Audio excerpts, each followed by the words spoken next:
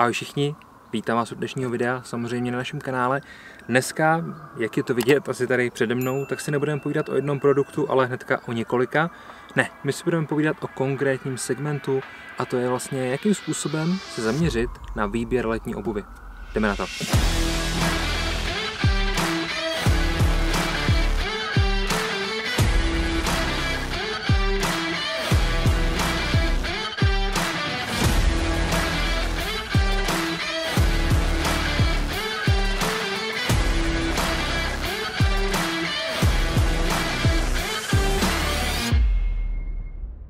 Po vzoru našich videí, který víceméně v neděli občas vydáváme, tedy takový ty rácovský videa, vám dneska chceme ukázat takovou sondu do světa letních bot. Nebudou to konkrétně letní boty, spíš takový třísezónní, jelikož to je to správné rozdělení. Samozřejmě konkrétně pak letní boty si můžeme udělat taky, ale dneska tedy spíš takový třísezónní rozdělení té obuvy. Zároveň to dneska nebude úplně nějakým způsobem konkrétní, nebudeme se zaměřovat na konkrétní ty segmenty, konkrétní kategorie, ale spíš se podíváme na takový průřez s těma botama, co vlastně tady můžeme získat, na co se máme zaměřit, na co bychom si měli dát pozor, zároveň jak by měl třeba probíhat ten výběr té obuvy a pochopitelně i nějaký konstrukční věci a rady a tak dále. Zkrátka, jak to v těch videích, kdy se vlastně zaměřujeme na průřez s tím sortimentem, je. Tak, pojďme tedy začít. Třísezónní, lomeno taková letní obuv. To, co před sebou vidíme, jsou vybrané produkty, které jsem si sem dneska vzal. Nejsou to konkrétně vždycky produkt jeden přímo zaměřený na něco, ale je to takový zkrátka shrnutí toho, co byste třeba mohli v tom svém šatníku nebo botníku mít. Ale dříve než začneme tohle video, pochopitelně podobně jako všechny ty ostatní, ber tak, že to jsou takové rady od nás směrem k vám, nejsou to dogmata, nejsou to pravidla, přes který nejede vlak, zkrátka spíš takový doplnění, takový názory, který si můžete zahrnout do toho svého výběru. Hned na začátku každého výběru si musíte ujasnit pár základních otázek. Pro koho jsou ty boty, tedy muž, žena, dítě, samozřejmě, kde ty boty budu nejvíc používat, nebo pro jaké účely budu používat, jestli to je běhání, turistika, vysokohorská turistika, každodenní chození do práce. Potom, v jakém terénu je budu používat, jestli v nich budu chodit po cestách zpevněných, po silnicích, jestli v nich budu chodit po horách, po skaliskách a tak dál. Potom samozřejmě, jaký počasí, bude to hlavní cílový počasí, jestli všechny, nebo jenom hezky, nebo jenom déšť.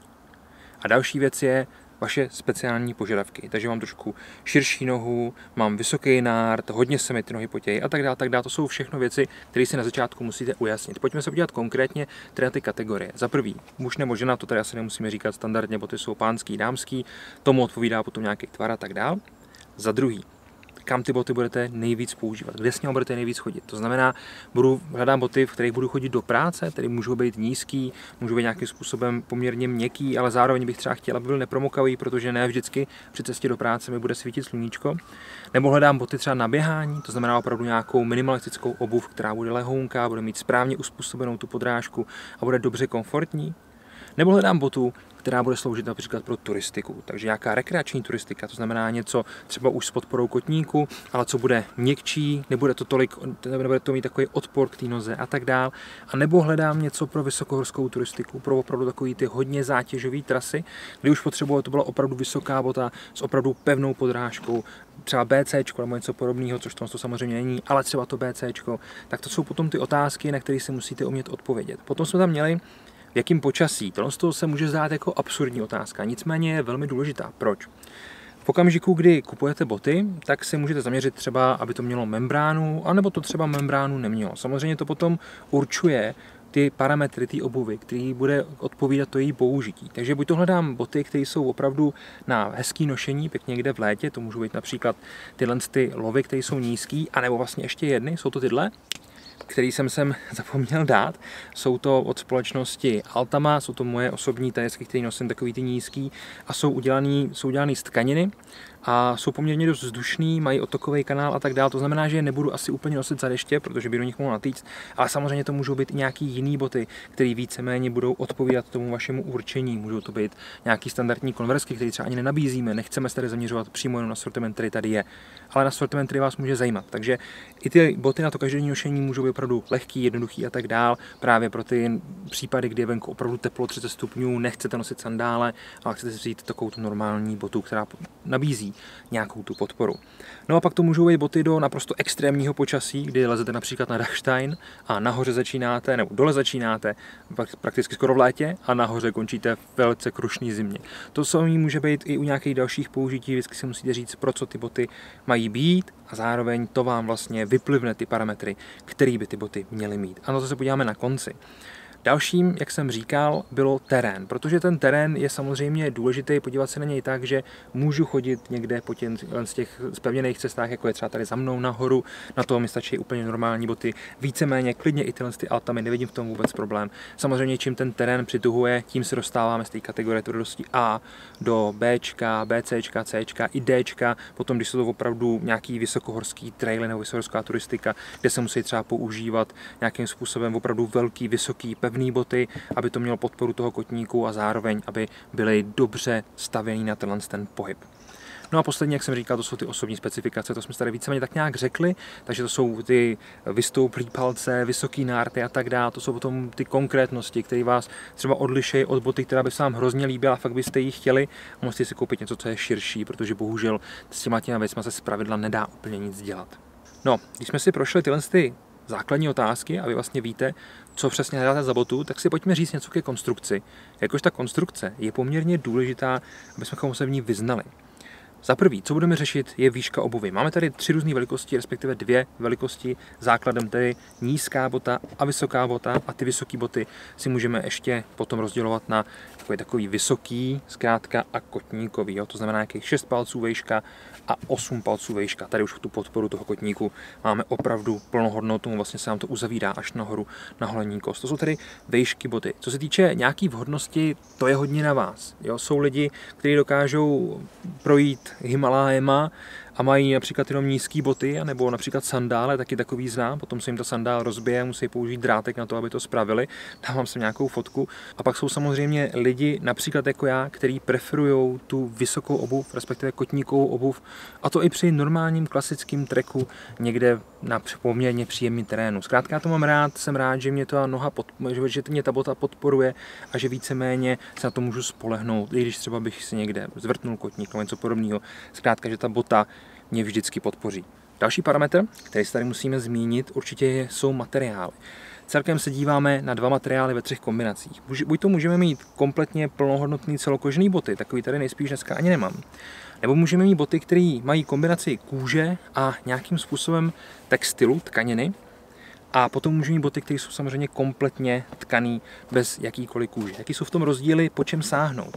V okamžiku, kdy tam máte kůži, tam máte hodně kůže, tak ty boty jsou odolnější. Takže čím víc kůže, tím by se dalo říct, že ty boty budou odolnější. Samozřejmě potom musíme koukat na to, aby měli co nejméně švů, když chceme nějakou opravdu dobrou trekovou obuv, tak aby měli třeba jenom 1, 2 švy na té botě, protože to nám pak jakoby zlepšuje ty možnosti a ty vlastnosti té boty, ať už nepromakavost, tak samozřejmě nějaký kompletní výkon té boty, co se týče odolnosti a tak dál.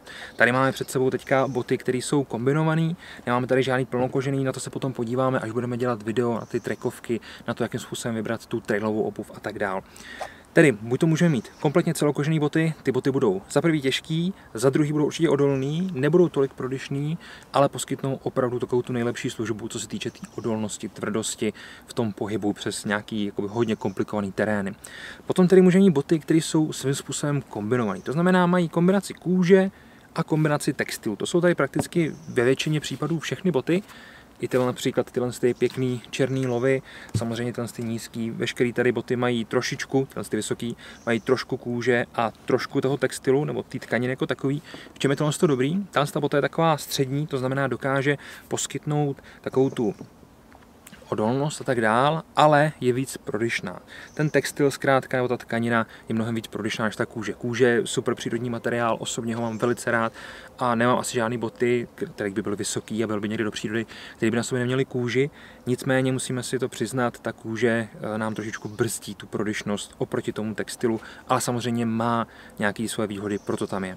Nebo potom můžeme mít kompletně tkaný boty, textilní, zkrátka například ty altamy, nebo pochopitelně i salvatiky, které mají hodně tkaniny, ale přesto mají ještě takový zátěr, takže to pak záleží konkrétně na té konstrukci. Tyhle ty boty, které jsou z tkaniny, budou velmi prodyšný, zároveň ale musí být podpořený co do neproukovosti nejspíš nějakou membránou, o těch si tady povíme něco za chviličku, ale budou lehký, ohebný, pohodlný a tak dále. Pohodlí je další parametr, o kterém tady chci chvilku mluvit, jelikož pohodlí je u bot strašně důležitý. Strašně. Bota je za mě nejdůležitější součást vašeho vybavení, když někdo půjdete ven, protože špatnou bundu poznáte při prvním dešti, který nemusí nastat, nebo samozřejmě při nějaký přehánce to ani nemusíte poznat, ale špatnou botu poznáte hned při prvním kilometru. A nefunguje tady nic jako kompromisy, takže to, co se na prvním kilometru zdá jako jo, v pohodě to zvládnu, může být na 10. 15. kilometru fakt jako velký problém. Takže u pohodlí nedělejte žádný kompromisy, vždycky to musí 100% sedět a nejlepší je, když třeba tu botu jdete zkoušet odpoledne, máte tu nohu trošku nateklou, pojďme přeskočit trošku dál a podíváme se na membrány. Velký téma, kdybych chtěl, tak to video jsem mohl klidně udělat clickbaitový a dát tam Gore-Texy na prd, vyberte si něco jiného. To si vsadím, že na to by lidi klikali. Osobně, co si myslím o Gore-Texu, je to super materiál, který je poměrně, nechci říct zastaralej, ale myslím si, že už bychom tady mohli mít něco jiného, něco lepšího, vzhledem k tomu, kam se ty materiály všechny vyvíjejí. Samozřejmě máme tady další verze Gore-Texu a tak dále, furt se to nějakým způsobem vyvíjí a ten Gore-Tex není svatý grál. Všude ho všichni cpou a myslí si, že vědí respektive, že ty boty s tím Gore-Texem se budou mnohem líp prodávat než boty bez Gore-Texu, protože lidi zpravidla nechtějí se v tom případě nějakým způsobem edukovat a nevědějí, že ten Gore-Tex nemusí být vždycky to nejlepší. Někomu to může vyhovovat, někomu to vyhovovat nemusí. Jde tady o to, že nějakým způsobem ta noha potřebuje větrat. Když bude třeba venku 30 stupňů a vy budete na sněžku, což se mi stalo před 14 dněma, bylo to super, nahoru obřím dolem, myslím si, že na Instagramu se to možná mohli i vidět, tak té botě vám může být teplo. Může v ní být takový teplo, že tam začne srážet ta voda, jelikož, nebo ten pot, jelikož vlastně ten Gore-Tex to nedokáže všechno vypustit ven. Gore-Tex to víceméně omezuje a potom se tam můžete začít trošičku čvachtat v té botě. Ale to samozřejmě nemusí být váš případ, proto je důležité si dobře zvolit botu takovou, aby byla dobře stavěná na ty podmínky, které chcete. Takže tady máme nějaké boty s Gore-Texem, nebo nemusí být víceméně ani Gore-Tex, stačí prostě se bavit obecně o nějakých membránách, protože Salomon má svoje membrány a tak dál. Takže bereme membrány jako takový, nejpoužívanější, nejznámější samozřejmě Gore-Tex, ale máme tady například i dva modely, které jsou bez goráče. V tomto případě lovy, které slouží samozřejmě do nějakých pouštních podmínek, ale máme tady i tyhle Spidery od společnosti Aku, které nemají Gore-Tex, mají moc pěkně vyřešený materiály, jsou vzdušný a jsou velice pohodlný. Tyhle boty mám momentálně na zkoušení, chtěl jsem je vzít sebou do Rakouska, kam odjíždíme, kam už jsem možná odjel, když se tohle video bude publikovat, nicméně je nemám prochozený, takže jsem si netroufnul je vzít, ale určitě chci vyzkoušet, protože to je za mě velice zajímavá obuv právě na to letní období. No ale když potom budete hledat botu, která je opravdu nepromokavá, chcete ji nosit pořád a není to celokožená obuv, kterou byste mohli nakrémovat, zkrátka navoskovat ji, aby byla taky nepromokavá, tak se vždycky musíte vydat směrem právě toho Gore-Texu. A je to asi tak nějak jako logický postup, logický vývoj v té hlavě toho člověka, jelikož chci ty boty co nejvíc univerzální, takže si stejně vždycky šáhnu po těch botách s tím Gore-Texem. Tam jde pak o to, že když budou mít tkaný boty, Gore-Tex, například kdyby tyhle Altamy měly v sobě Gore-Tex, tak ten materiál je opravdu hodně měkký. V okamžiku, když s tím budete chodit, tak se vám tady pak tvoří takový ostrý záhyb a ten Gore-Tex to nedá. Protrhá se v tom a za, nechci říkat to období, ale poměrně rychle, až nepříjemně rychle, se tam stane vlastně propustnej, což je to, co tady nikdo asi nechce. Ale je to vždycky o botách, samozřejmě, když budete mít kompletně celokožnou pohoru v tom Gore-Tex, tak ten Gore-Tex tam vydrží mnohem díl než v takovémhle alternativě, kterou jsem vám tady teďka ukazoval. Další věcí, kterou bychom tady měli zmínit, je tvrdost bot. Tu samozřejmě tak jakoby lehce lízneme, jakož to není úplně smyslem toho dneška, ale co je tvrdost bot? Tvrdost bot je odpor při chůzi a využívá se potom k tomu, když jste například někde nějaký komplikovaný trasy, tak potřebujete, aby ta bota byla tvrdá, aby vás podpořila, aby vás to neboli chodidla, dobře se vám v tom chodilo a tak dále. Rozeznáváme celkem 4 kategorie s nějakýma mezikategoriemi. Máme A, B, C, D a mezi tím můžeme mít podkategorie, to znamená třeba BCčka, CDčka a tak dále. Je to vlastně o tom, že to jsou boty něco mezi. Nejoblíbenější za mě asi kategorie bude BC, což je taková hlavní kategorie těch pohorek, těch trekových bot jako takových. Nicméně je pak samozřejmě jasný, že nějaký boty jsou opravdu velmi měkký a některé boty jsou samozřejmě potom mnohem tvrdší. Jde o to, co si zvolíte. Poslední věc, o které bych se tady chtěl bavit, co se týče parametrů, jsou vychytávky, tedy obecně takové věci, které se mi líbí. Je to například obsázka gumová, nebo kožená, kterou máme kolem dokola té boty, což je super, protože se pak někde smeknete, nemusíte si hnedka rozdrbat vlastně tu hlavní konstrukci, zároveň i ta zvýšená podrážka dopředu, aby tam byla nějaká okopová hrana vzadu, ochráněná pata a tak dále. To jsou všechno věci, které jsou důležité pro tu botu. Můžeme tady zmínit lehce i šněrování, jde o to, že některé boty se standardně šněrují tímhle způsobem, tedy klasický průvleky skrz oka, nahoře potom uzavření nebo otevření, to už je potom na vás, nebo můžete mít nějakým způsobem takovýhle odolný provázek, který vlastně stahujete skrz takovou brzdu, no ale pochopitelně můžete mít i různé vychytávky v tom šněrování, jelikož například ty uzavření oka dole můžou mít v sobě takový kuličkový ložiska nebo takový kuličky, které fungují jako ložiska a vy to vlastně krásně stáhnete až úplně odpředu. Mají to, myslím, Tibety od společnosti Lova, můžeme se na ně potom podívat, až se budeme konkrétně bavit o té trekové obuvi. No, to by bylo, co se týče těch parametrů, za mě asi všechno. Hmotnost a tyhle věci, to tady řešit nemusíme, jelikož na to se potom podíváme konkrétně v těch dalších videích. Začíná nám maličko pršet, to teda na ty brýle bylo hezčí počasí. Pojďme se podívat na nějaké kategorie, které si naplníme nějakýma botama, jen tak zlehka. Kategorie každodenní nošení, tedy chodím do práce, potřebuju někde něco řešit a tak dál. V tomhle případě já osobně si zvolím nízkou obuv, já nosím tyhle Altamy, jelikož mi vyhovují velmi pohodlné boty, zároveň dokážou člověka podpořit i na nějaký standardní turistické cestě, ačkoliv mají teda hodně plochou podrážku a to za mě není až takový problém. Nebo se můžu vydat cestou Salveticů, které jsou hezký designové boty s podporou Gore-Texu, anebo se samozřejmě můžu vydat něčím úplně nízkým, jako jsou například Lova Zephyr. To jsou asi boty, které budu zkoušet dál, protože mám vysoký Zephyry nebo takový ty šestkový, ty mid a chtěl bych něco i takhle nízkýho, takže na to se určitě podíváme. Co se týče bot na nějakou takovou rekreační turistiku, tady můžete šáhnout po něčem vyšším klidně, záleží, co vlastně konkrétně budete dělat a kam půjdete. Jestli budete mít batoh velký, těžký, vždycky doporučuji vyšší boty, jakož ta ochrana, ta podpora toho kotníku je vždycky důležitá. Samozřejmě pokud budete mít nějakou tašku nebo nějaký lehčí batoh a jdete někde po zpevněných cestách, klidně si můžete vzít nízké boty, nevidím v tom problém. Takže za mě, kdybych si měl vybírat turistické boty, tak já mám osobně Zephyry midu s Gore-Texem, je to tak? A nebo bych si vybral asi inoxy, nebo když nízký, tak ty nízký Zephyry. Ale je to na vás, víceméně nemusíme se tady bavit konkrétně o modelech, ale spíš tak nějak si představit to, co si pod nimi můžeme představit, co vlastně mají za parametry.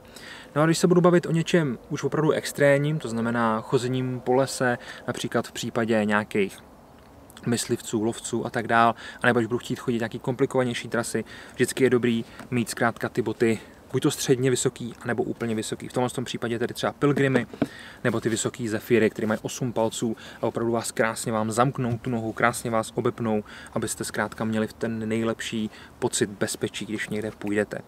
No a pokud se jedná o boty třeba na střelnici, tak já osobně nosím Altamy, jakož jsou velice pohodlný. Pokud nějaká nespevněná střelnice, tak Zephyry.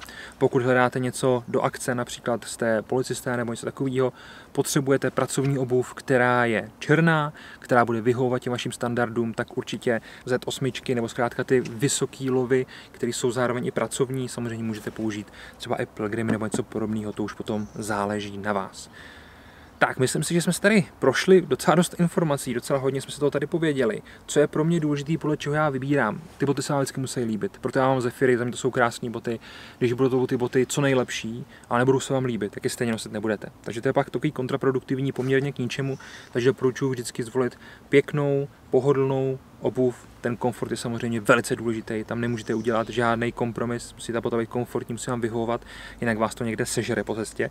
A uvěřte mi, že na 15. kilometru zjistit, že máte rozedřený nohy do krve, máte tam všude puchejře a máte před sebou dalších 10 kilometrů, je velice nepříjemný. Stalo se mi něco podobného asi před 10 lety, kdy jsem ještě úplně nevěděl, že mám nějaký boty rozchodit, že to ještě možná dřív, ale to nevadí.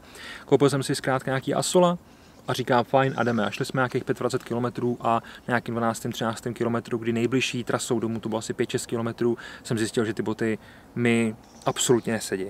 A byl to fakt velký problém, takže na to si dejte vždycky pozor. No a potom to je o tom, na co ty boty chcete mít. Takže my si v následujících videích vydáme potom konkrétně do těch segmentů, které jsme tady spolu řekli, tedy ať už nízká každodenní obuv, nebo nějaká turistická základní, nebo něco na nějakou vysokohorskou turistiku, což je taková královská disciplína v té turistice jako takový.